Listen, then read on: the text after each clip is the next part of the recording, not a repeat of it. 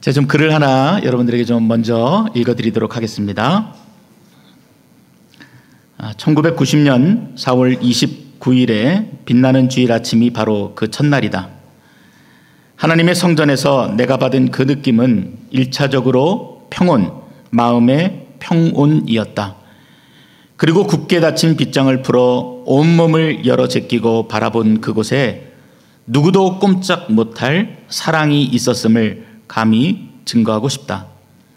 이미 오래전부터 탕하의 귀가를 기다려 오신 주님의 잔잔한 미소가 마치 전율의 혈액인 양 내 온몸을 감싸고 한없이 흘러내림을 느꼈다. 게다가 목사님의 목화송이처럼 순하디 순한 표정과 가식 없는 말씨에 내 불안정한 정서 감흥의 스트링은 어느덧 조율당하고 있었다. 조율사의 등 뒤에 또 누군가 한 분이 분명히 계시는 듯한 느낌을 나는 받았다. 목사님의 설교, 그 말씀의 구체적인 어휘는 오히려 중요한 게 아니었다.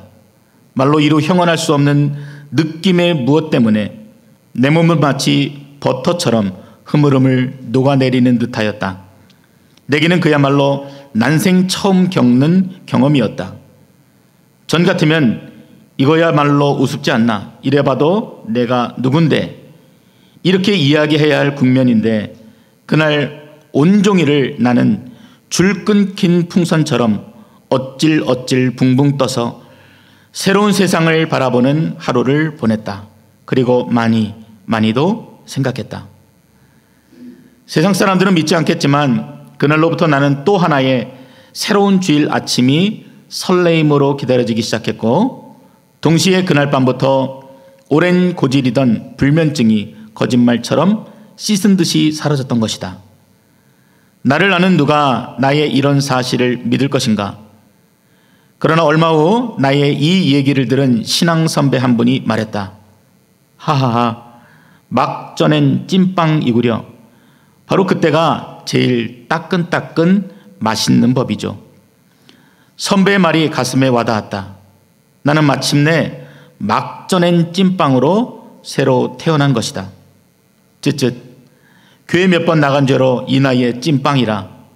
어쩐지 찐빵은 카스테라보다도 약간 품위가 떨어지는 듯 싶기도 하지만 그 사실조차 나는 즐겁다.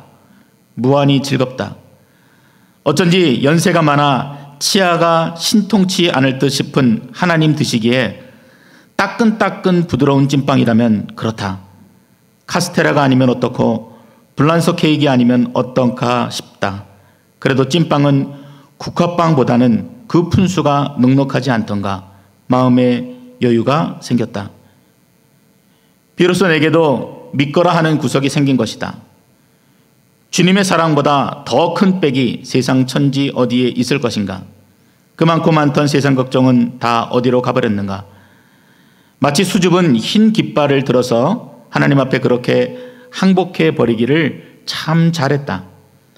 그래서 나는 지면을 빌어 계속 그 찐빵의 신기한 얘기들을 하나씩 증거해 나갈 것이다.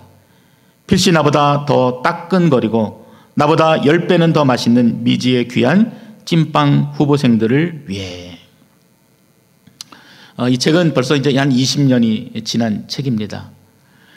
카피라이터이신 이만재 씨가 오래전에 쓴 막 쪄낸 찐빵, 그리고 이제 그 이후에 뭐 세상 속의 찐빵, 이런 책으로 한간의 베스트셀러가 되었던 이 책의 내용입니다.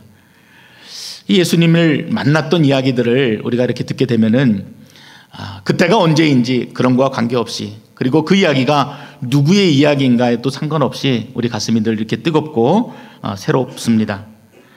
마치 그동안 우리가 세상에 살면서 내 마음이 시커먼 그 석탄 연기로 가득한 막장처럼 느끼고 있다가 이처럼 순수한 마음으로 주님을 만나고 또 주님을 나의 주라고 고백하는 이런 사람들의 이야기를 듣게 되면은 그 막장에서 바라보는 한 줄기 빛처럼, 그리고 가슴 가득히 차오르는 신선한 공기처럼 우리가 그렇게 느끼게 되는 것입니다. 오늘 여러분이 함께 읽은 이 본문의 말씀은 그 한 사람의 또 다른 이야기예요. 예수님을 만난 한 여인의 감동적인 이야기입니다. 아니, 더 정확히 말하면은요, 인생의 막장에 있었던 한 여인, 굉장히 수치스럽고 부끄러운 인생을 살아갔던 그 여인을 만나기 위해서 사마리아라는 곳으로 오신 예수님의 이야기가 오늘 본문의 이야기입니다. 그 이야기 3절이 이렇게 시작합니다. 유대를 떠나 다시 갈릴리로 가실세. 예수님께서 복음을 전하시기 위해서 다시 북쪽 갈릴리로 가시게 되었다는 것입니다. 그런데 이 유다에서 이 북쪽으로 가는 길은 크게 두 개의 길이 있었습니다. 하나는 직진의 길이에요. 중간에 사마리아라고 하는 이 땅을 거쳐서 북쪽 위지방까지 올라가는 길이고, 다른 하나는 요단강을 빙 돌아서 가는 먼 길입니다. 여러분, 어느 길을 가시겠습니까? 아마 누구에게 물어보아도 멀리 수고와 또 시간을 낭비하면서 이 긴 길을 돌아가지 않고 짧은 쇼컷을 아마 여러분들이 즐겨 가실 것입니다. 근데 예수님께서는 그 먼 길을 일부러 가지 않으시고 이 짧은 길을 택하여 가셨다. 그 이야기입니다. 뭐 별 중요한 게 아니지 않습니까? 이렇게 얘기할 수 있어요. 그런데 대다수의 유대인들이 모두 다 이 먼 길을 택하여 갈 때 예수님께서는 이 짧은 길을 택하여 가셨다라고 이야기하면은 그 이야기가 달라집니다. 왜 그러냐면은 대부분의 유대인들이 이 사마리아 땅에 거주하고 있는 사람들을 굉장히 부정한 사람으로 여겼습니다. 접촉하려 하지 않았어요. 그 땅을 밟기도 싫어했습니다. 그래서 좀 시간이 걸리고 수고스럽더라도 일부러 요단강 우편을 돌아서 멀리 돌아서 그렇게 위로 올라갔던 것입니다. 북이스라엘이 722년에 아수르에 의해서 멸망을 당하게 됩니다. 이 멸망을 당하고 나서 남아있는 모든 사람들이 강제로 이 사마리아 땅으로 이주하게 되었어요. 그리고 이 지역에 있었던 이 아수르는 이 민족의 정체성을 말살시켜버리고자 하는 그런 정책들을 세우게 되는데, 그 땅에 있었던 거류민들과 이 유대 민족을 함께 혼인하게 만들고 그들의 종교를 받아들이게 만들고 그들의 문화를 몸으로 흡수하도록 이렇게 만들어 버렸습니다.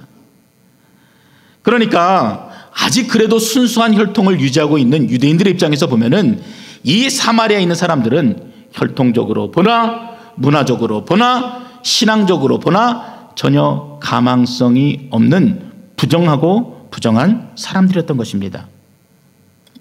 그래서 그 땅을 안 간 것이에요. 일부러 돌아갔어요. 근데 예수님께서 오늘 3절에는 뭐라 그러세요? 사마리아를 통과하여야 하겠는지라 이렇게 되어 있어요. 4절의 말씀입니다. 한글 버전은요, 이 단어의 의미들이 좀 약화되어 있습니다. 사마리아를 통과하여야 하겠는지라 별 의미가 없어요. 근데 이 하겠는지라 하고는 이 표현이 원문의 표현대로 한다면은 have to do입니다. 반드시 내가 그곳을 가야 하겠는지라 이런 뜻이에요. 내가 이 사마리아를 반드시 가야 한다. 그 강한 의지의 표현으로 이 본문이 시작이 되어지고 있는 것입니다. 여러분, 이유는 단 하나입니다.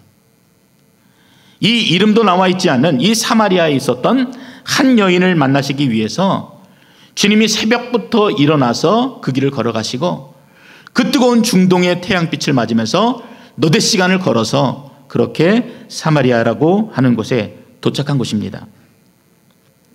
그러면 우리가 이런 생각을 하게 되지요. 과연 그 여인이 얼마나 특별하길래 하나님의 아들이신 그분께서 일부러 그 여인을 만나기 위해서 그 뜨거운 태양빛을 맞으면서 남들이 가져가 없는 그 길을 걸어서 가셨는가? 그런데 본문은 이 여인을 어떻게 그리고 있냐면은 이 여인은 환자다. 육적으로 그리고 영적으로 산산이 깨어진 응급 환자다. 이렇게 소개하고 있습니다. 이 여인에 대해서 우리가 알 수 있는 내용들이 본문에는 몇 가지가 나와 있습니다. 그 첫 번째 힌트는요, 6시입니다. 6시. 이 시간은 예수님과 이 사마리아 여인이 만난 시간입니다. 유대 시간으로 6시니까 오늘날의 시간으로 하면은 낮 12시예요. 정오의 시간입니다. 중동의 태양이 가장 뜨겁게 장렬하는 그 시간, 그래서 걸어다니는 사람조차도 없는 그 시간에 이 여인이 물을 기르기 위해서 우물가로 나왔고 그곳에서 예수님을 만났던 것입니다. 왜 남들은 그 시간에 아무도 가지 않는데 이 여인이 그 뜨거운 낮에 아무도 가지 않는 그곳에 왜 이 여인이 홀로 물을 기르러 나왔겠습니까? 여러분 가운데 우울증이나 대인기피증을 경험하신 분이 계시다면 아마 이러한 부분들이 충분히 이해가 되실 것입니다. 사람들을 만나기 싫었어요. 사람들의 손가락질이 싫었습니다. 내 이야기를 누군가가 수근거리는 것이 싫었어요. 그래서 이 여인은 아무도 없는, 그리고 아무도 만날 수 없는 그 시간을 일부러 택하여서 그 우물가로 나갔던 것입니다. 이 여인에 대해서 알 수 있는 두 번째 힌트도 6입니다. 18절에 보면은 이 여인은 6번째 남자와 살고 있었다, 이렇게 기록합니다. 그런데 이 6번째 남자도 남편이 아닐 정도로 굉장히 많은 과거가 있는 여인입니다. 6번째 남편이다. 뭐 좋게 이야기할 수도 있겠지만 대부분 6번째다라고 할 때는 그만큼 이 여인이 얼마나 마음에 큰 상처와 아픔을 가지고 있는지가 그대로 나타나는 단어입니다. 굉장히 외로웠을 것이에요. 끊임없이 나만을 사랑해 줄 사람을 갈구하고 그러면서도 끊임없이 실패하면서 내가 왜 살아야 하나? 나는 정말 살 가치조차 없구나. 나는 인생 쓰레기다. 이렇게 하면서 삶의 의미를 잃고 사람들의 눈을 피해서 외로움에 지쳐 살았던 여인이었을 것입니다. 우리가 이민자의 삶을 사는 것도 때로는 고독하지요? 외롭지요? 근데 이 여인이 얼마나 외롭고 힘들었겠습니까? 만날 사람도 없고 갈 곳도 없고 그냥 죽을 날만 기다리면서 하루하루 시간을 보내고 살았을 것입니다. 어떤 분들은 밤마다 한국에 있는 서쪽 하늘을 바라보면서 눈물을 흘렸다. 뭐 이민 처음 왔을 때 그렇게 했다라는 이야기를 제게 들려주십니다. 아마 이 여인도 그랬을 것이에요. 외로워서 고독해서 밤새 눈물을 흘리면서 그렇게 지새웠을 것입니다. 근데 저는 이 이야기를 볼 때마다 늘 한 자매를 좀 떠올리게 됩니다. 그 자매님은 불우한 가정에서 태어났어요. 그래서 뭐 공부도 제대로 하지 못하고 결국은 사창가를 드나들던 그런 여인이었습니다. 결혼도 해보았는데 번번이 버림을 받았고 직장에 취직을 하려고 해도 이분이 약간 좀 부족한 부분이 있기 때문에 대인관계가 늘 어려운 것이에요. 그래서 한 달을 버티지 못하고 늘 쫓겨났습니다. 근데 이분이 우리가 같이 예배를 드리는 그 공동체에 오셔서 가끔씩 예배를 드리셨어요. 근데 예배를 인도하는 제 입장에서는 당시에 어떤 마음이 들었냐면은 좀 그분이 안 왔으면 좋겠다. 그게 솔직한 저의 마음이었습니다. 왜냐하면 이분이 예배를 정상적으로 편하게 드리시는 것이 아니라 예배 중에 소리를 지르기도 하고 저희들에게 욕을 하기도 하고 또 그때 저희 큰아이하고 둘째가 뭐 3살, 1살 그 정도 됐는데 어디서 주워온 건지도 모르겠는 그런 음식을 가지고 와서 아이들에게 주는 게 너무 싫었습니다. 그래서 저희 아들을 만지는 것조차도 너무 싫었어요. 그런데 하루는 자기 생일을 해주지 않는다고 이분이 말 그대로 난장판을 만들어 버렸습니다. 부엌에 준비한 케이크를 다 엎어버리고 들고 있었던 검은색 우산으로 테이블을 막 치면서 사람들을 위협하고 욕을 해대기 시작했습니다. 그리고는 결국은 그 분을 참지 못하고 문을 쾅 닫으면서 내가 여기 다시는 오나 봐라 XX. 차마 그거는 제가 여러분에게 말하지 못하겠어요. 그렇게 하고 나가버린 거예요. 아마 그 자리에 있었던 모든 스태프들이 저와 같은 마음이었을 것입니다. 그래, 잘됐다. 잘 생각했다. 오지 마라. 영원히 오지 마라. 줬던 마음으로 박수 쳤지요. 그래, 이제 저분이 없으니까 이제 우리가 예배다운 예배를 드릴 수 있겠구나. 그렇게 생각했습니다. 그런데 하나님께서 제게 이렇게 물어보시는 것 같아요. 저 예배를 준비하는데 그런 마음이 들었어요. 아들아, 예배가 무엇이라고 생각하니? 너무 어려운 질문이잖아요. 그래서 머뭇거리고 있는 건데 하나님이 또 물어보시는 것 같아요. 지금 너희가 드리는 그 예배를 내가 받을 것 같니? 이렇게 물어보시는 것 같아요. 그 순간 머릿속이 하얘졌어요. 무엇인가 무거운 돌이 제 마음을 짓누르는 것 같아서 견딜 수가 없었습니다. 그리고 눈물이 흘러내렸습니다. 우리는 지금 예배라고 드리고 있지만 이 예배가 정말 바리새인들의 예배였구나. 정말 무엇을 위해서 예배를 드리는지도 모르고 그렇게 한 주 한 주를 보내고 있었구나. 너무나 이기적이고 부끄러운 마음이 깨달아져서 눈물이 계속 흘렀습니다. 그리고 요한복음 3장 16절에 말씀이 떠올랐습니다. 하나님이 나를 이처럼 사랑한 것 같이 길잠에도 이처럼 사랑하사 독생자를 주셨으니. 그렇게 주님이 부끄럽고 자격 없는 저와 여러분을 만나 주시기 위해서 일부러 이 땅에 인간의 몸으로 오셨던 것입니다. 그게 바로 4절의 내용이에요. 사마리아를 내가 반드시 통과하여야 하겠는지라. 그렇게 수가성의 우물가로 오셔서 사람들을 피해 물을 기르러 온 이 여인을 만나 주셨던 것입니다. 그리고 이제부터 이 상처 많은 여인이 치유와 회복의 단계를 경험하게 됩니다. 여러분, 주님을 만나기 원하십니까? 여러분의 무거운 짐을 내려놓기를 원하십니까? 우리가 말은 하고 있지는 않지만 저마다 그 인생의 무거운 짐을 정말 주님의 그 발 앞에 내려놓기를 원합니다. 겉으로는 문제가 없는 것처럼 보이지만 나의 그 쓰라린 상처, 깊은 상처들이 주님 앞에 완전하게 치유받기를 원합니다. 나를 고치시고 나를 새롭게 하기 위해서 주님께서 이 땅에 오셨다. 그리고 그 주님이 문 앞에서 나를 기다리고 계셨다. 그 사실을 여러분이 인정하셔야지만 여러분 안에 치유와 회복이 시작이 되어지는 것입니다. 우리가 잘 아는 요한계시록 3장 20절 말씀이지요.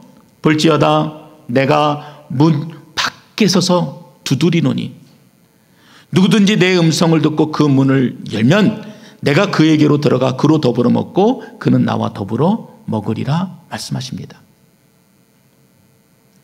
오늘 주님이 여러분을 만나기 위해서 이 자리에 오셨습니다. 믿으십니까? 아멘. 우리의 깊은 마음의 상처들을 그분이 만지시기를 원하세요. 여러분이 그 사실을 인정하는 그 순간 주님이 우리 안에 오셔서 나를 만지실 것이고 그리고 나와 동거할 것이고 그리고 내 안에 있는 문제들을 일일이 들추어내셔서 주님의 말씀으로 치유해 주실 것입니다. 이렇게 예수님이 이 여인을 만났어요. 이 여인에게 변화가 시작이 되어집니다. 이 여인에게 나타난 첫 번째 변화는 인식의 변화였습니다. 7절에 보면은 사마리아 여자 한 사람이 물을 길르러 왔음에 예수께서 물을 좀 달라 하시니. 이 내용을 여러분이 잘 이해하셔야 합니다. 여인이 예수님을 찾아간 것이 아니에요. 우리가 주님을 찾아간 것이 아닙니다. 뭐예요? 예수님이 이 별 볼 일 없는 여인을 먼저 찾아가셔서 먼저 말을 건네신 것입니다. 이에 이 여인이 놀라는 것은 너무나 당연한 것이에요. 이제까지 나에게 아무도 말을 걸지 않았는데, 이제까지 아무도 나에게 찾아오지 않았는데, 정말 이 나 같은 자를, 이 버러지보다도 못한 내 자신을 유대인 남자가 찾아와서 내게 물을 달라 하니 이 여자가 얼마나 마음이 떨렸겠습니까? 그래서 두렵고 떨리는 목소리로 이렇게 물어봤습니다. 당신은 유대인으로서 어찌하여 사마리아 여자인 나에게 물을 달라고 하십니까? 그러자 예수님이 이 질문에 이렇게 대답하십니다. 10절의 말씀입니다. 예수께서 대답하여 이르시되 네가 만일 하나님의 선물과 또 내게 물 달라 하는 이가 누구인 줄 알았더라면 네가 그에게 구하였을 것이요 그가 생수를 네게 주었으리라. 사실 이 대답은 이 여인이 물었던 질문에 대한 대답이 아닙니다. 그렇지만 이 예수님의 짧은 대답이 이 여인의 마음을 온통 뒤집어 놓아 버렸어요. 복음을 전해보신 분이 계시다면 아시겠지만 사람이 예수를 믿는다는 것은요, 어떤 논리적인 설명으로 되어지는 일, 그리고 실제적으로 보이는 어떤 증거를 통해서 나타나는 일이라기보다는 한마디 말씀으로 그 심령이 변화되어지는 것들을 봅니다. 예수님이 당신을 사랑하세요. 하나님이 당신을 위해서 십자가 달려 죽으셨어요. 그 한마디에 그 강박했던 마음들이 녹아지고 눈물이 흘러내리고 예수님을 영접하는 놀라운 일들을 우리가 보는 것과 같습니다. 이 여인도 그랬습니다. 이제까지 아무도 나에게 관심을 주지 않고 이제까지 아무도 나에게 다가오지 않았는데 오히려 내가 그 사람들을 피했는데 그 유대인 남자가 내게 오셔서 말을 거시고 그리고 내 이야기를 들어주고 있는다는 거예요. 그 자체만으로도 마음이 흔들렸어요. 그런데 그분이 하시는 그 말씀이 내 영혼 깊숙이 있었던 그 문제, 아무에게도 꺼내 보이지 않았던 그 문제, 솔직히 말하면은 내가 꽁꽁 감추어두고 열어보고 싶지 않은 그 문제를 그분이 터치하셨던 것입니다. 이 여인의 마음이 폭발했어요. 이 마음이 폭발했는데 이 여인의 표정은 너무나 상기되어 있는 것입니다. 마치 사랑하는 사람을 만난 것처럼 얼굴에 혈색이 돌아요. 그리고 이 여인이, 그렇게 말을 못했던 이 여인이 이런저런 궁금했던 질문들이 샘물처럼 솟아나기 시작했습니다. 아니, 우물이 이렇게 깊은데 어디서 그 솟아나는 샘물을 얻을 수 있습니까? 선생님이 우리 조상 야곱이 주었던 이 물보다 더 좋은 물을 주실 수 있습니까? 근데 여러분 잘 보세요. 조금 전까지만 해도 유대인 남자라, 당신이라 이렇게 불렀던 여인이 이 예수님의 한마디로 인해서 어떻게 그 호칭이 바뀌냐면은 주라고 바뀝니다. 선생님이라고 바뀝니다. 물론 하나님을 뜻하는 그런 호칭은 아니에요. 존칭의 의미입니다. 그런데 그렇게 조금씩 인식이 변화되어져 가는 거예요. 19절에 가면 예수님을 뭐라 부르는지 아십니까? 선지자라고 부릅니다. 그리고 29절에 가서는 이분이 이렇게 이야기합니다. 자, 한번 같이 한번 읽어보겠습니다. 29절입니다. 내가 행한 모든 일을 내게 말한 사람을 와서 보라. 이는 그리스도가 아니냐 하니. 아무 관계없던 한 유대 남자가 지금 이 여인에게는 나를 구원한, 내 문제를 해결할 유일한 구원자 그리스도로 고백이 되어진 것입니다. 인식이 변화된 거예요.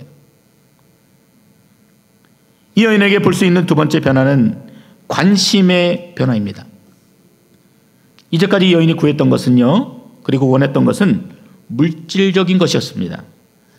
그런데 예수님께서는 이 여인의 물질적인 관심을 어떻게 바꿔주셨어요? 영적인 관심으로 바꿔주셨습니다. 이 여인에게 있어서 만족이라는 것은 물을 마시는 것이에요. 그리고 물을 기르러 가지 않는 것입니다. 배를 채우는 것이었어요. 사람들로부터 관심과 인정을 받는 것이었습니다.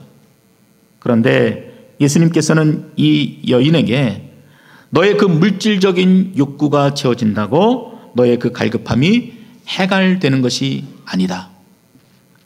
너의 그 내면적 영적인 문제가, 그 뿌리가, 그 썩어있는 그 뿌리가 해결이 되어져야지만 너가 진정한 회복을 경험할 수 있다.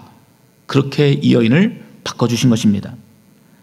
13절과 14절에 예수께서 대답하여 이르시되 이 물을 마시는 자마다 다시 목마르려니와 내가 주는 물을 마시는 자는 영원히 목마르지 아니하리니 내가 주는 물은 그 속에서 영생하도록 솟아나는 샘물이 되리라. 아멘. 이 말씀이 여인의 귀에 떨어진 것이에요. 완전히 여인이 변화되게 되어집니다. 예수님께서 신명기 8장 3절의 말씀을 가지고 마귀의 시험을 이기신, 여러분 기억하시죠?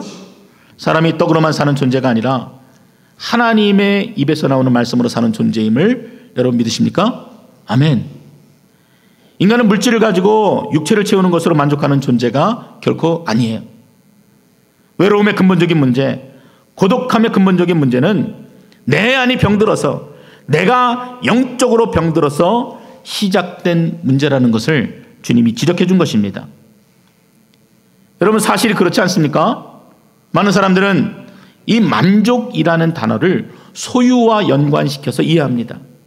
남들보다 많이 가져야 만족하고, 남들보다 좋은 것을 가져야 만족하고, 내가 원하는 것들을 소유함으로 인해서 그래 나는 만족하다, 이렇게 말합니다. 그래서 이 땅의 교회도요, 큰 건물, 넓은 땅에 관심이 집중되어 있습니다. 여러분 경계하셔야 합니다. 3천억짜리 건물을 지었던 어떤 한국 교회는 뉴스 사회면에 단골로 등장하고, 교회 예벽이 만장이 넘는 유리로 크리스탈로 덮여 있다고, 세계 최대의 파이프 오르간과 1만 명의 성도가 있다고 자랑했던 미국의 크리스탈 처치는 이미 파산하여서 캐톨릭에 팔려버렸습니다. 마치 교회를 거대하고 웅장한 예술품으로 만든다고 하여서 500년 전에 사람들에게 면죄부를 팔면서 온갖 부정으로 가득 찼던 이 중세 캐톨릭 교회를 현대 교회들이 그대로 답습하고 있는 것입니다. 그러나 고린도후서 3장 4절과 5절은 이렇게 만족을 설명합니다. 우리가 그리스도로 말미암아 하나님을 향하여 이 같은 확신이 있으니 우리가 무슨 일이든지 우리에게서 난 것 같이 스스로 만족할 것이 아니니 우리의 만족은 오직 하나님께로부터 나느니라. 아멘. 시편 17편의 기자도 15절에 보면은 나는 의로운 중에 주의 얼굴을 배우리니 깰 때에 주의 형상으로 만족하리이다, 이렇게 고백했어요. 이 시편 17편으로 만들어진 찬양을 여러분들이 아실 거예요. 내가 아침에 깰 때마다 다른 어떤 것으로 만족하는 것이 아니라 지금 나와 함께 계시는 그 주님의 형상으로 내가 만족한다라는 그 고백의 찬양으로 우리가 많이 불렀던 찬양입니다. 우리는 다 아파합니다. 외로움에 아파하고 부족한 것으로 인해 아파합니다. 그런데 주님께서는 그 문제를 해결할 수 있는 키가 자신에게 있다라고 말씀하세요. 영원히 목마르지 않는 샘물, 그 주님을 만나야 될 것에 대해서 우리에게 말씀해 주십니다. 아마 이 여인은 자신의 모든 수치가 드러나는 것에 대해서 굉장히 부끄러움을 느꼈을 것이에요. 그런데 동시에 그렇게 말씀해 주시는 주님을 결코 놓치고 싶지 않다라는 생각이 이 여인의 마음을 사로잡았을 것입니다. 살아야 되겠다. 진정으로 이분을 붙들고 내가 영원한 목마름을 해결해야 되겠다. 그리고 주님 앞에 엎드렸던 것입니다. 15절입니다. 여자가 이르되 주여 그런 물을 내게 주사 목마르지도 않고 또 여기 물 기르러 오지도 않게 하옵소서. 지금 여인이 주님 앞에 간구하는 것은 그저 물 들어오는 그 수고를 줄여달라는 그런 간구가 아니에요. 좋고 시원한 생수를 달라고 하는 그런 요구가 아닙니다. 그냥 내가 조금 더 좋은 집에 살고 조금 더 편안한 차를 타고 이 문제가 아니에요. 주님 살려주세요. 지금 내 안에 있는 이 모든 상처와 수치가 정말 회복되어지기를 원합니다. 다시는 그 상처로 돌아가지 않도록 제발 저를 살려주십시오. 이것이 여인의 영적인 갈급함이자 오늘 이 시간 저와 여러분이 구하는 간절한 갈구함인 것입니다.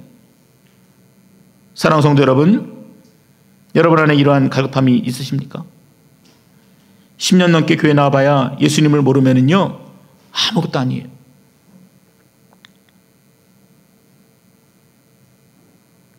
제가 예배를 드리면서도 마음에 용납하지 못해서 그분을 예배자로 인정하지 않고 저의 교만함을 드러냈던 것처럼 우리는 예배 드린다고 나와 있지만 그 예수님을 만나지 못하면은 그것은 아무 의미가 되어지지 못합니다.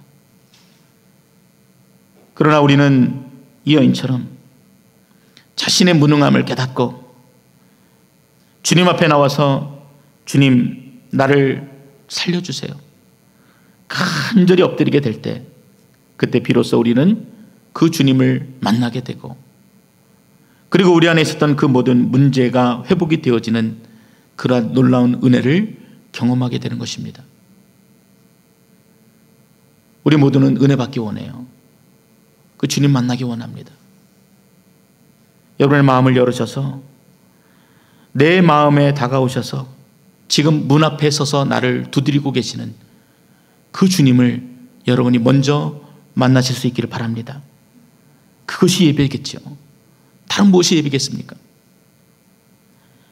내게 친히 물을 달라 말을 걸어주시는 그 주님을 만나시고 그 주님으로부터 영원히 목마르지 않는 샘물 같은 생수를 공급받는 여러분 되시기를 주의 이름으로 축원드립니다.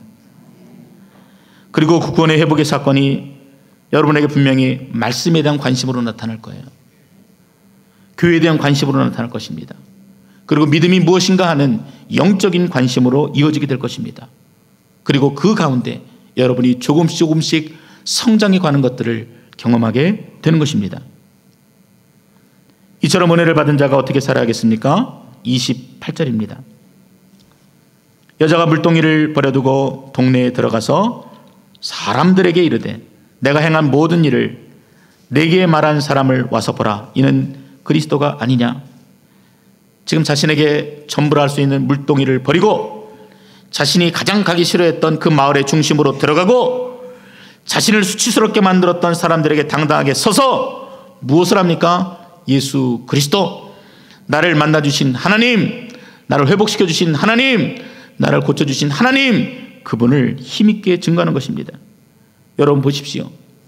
내가 과거에 악한 일을 많이 했던 것 여러분들이 아시잖아요. 그분이 다 맞추셨습니다. 내가 살 길을 저분이 가르쳐 주셨습니다. 그 위대한 선지자가 지금 여기 계십니다. 여러분, 우리가 기다렸던 메시아, 그분 예수 그리스도, 그분이 이분이십니다. 여러분도 이분을 만나십시오. 완전히 달라진 모습으로 복음을 외치고 기뻐하고 있는 한 여인의 모습을 우리가 보는 것입니다. 지금까지 교회에 나오고 있지만 예수님을 믿었다고 말은 하지만 수가성 여인처럼 여전히 인생의 답을 찾지 못해 방황하시는 분이 계시다면 여러분을 변화시키시고 영원히 목마르지 않는 생명의 물이 되시는 그 주님을 꼭 만나실 수 있기를 바랍니다. 예수께서 가라사대 내가 곧 생명의 떡이니 내게 오는 자는 결코 줄이지 아니할 터이요 나를 믿는 자는 영원히 목마르지 아니하리라. 생명의 떡이요 샘물이 되시는 예수님을 꼭 만나서 여러분의 그 갈급함이 해결이 되어지고 치유와 회복의 놀라운 은혜를 경험하시는 여러분 되시기를 주의 이름으로 축원드립니다. 기도하겠습니다.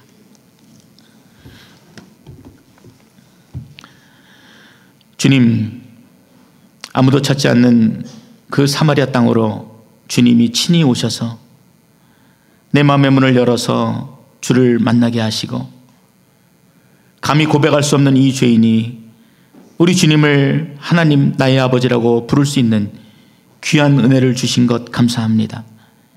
잊고 살았던 것 용서하여 주시고 무디게 살았던 것 용서하여 주시고 찾지 아니하고 세상의 것들을 탐하였던 것 용서하여 주셔서 오늘 다시 한번 주님이 말씀하여 주셨던 것처럼 생명의 근원이 되시는 우리 주님을 우리가 마음에 깊이 담고 우리를 보내신 세상 속에서 그 주님을 증거하는 삶으로 인도하여 주시옵소서. 담대히 증거하게 하시고 그 주님을 날마다 체험하며 고백하는 귀한 믿음으로 인도하여 주시옵소서. 예수님의 이름으로 기도드렸습니다. 아멘.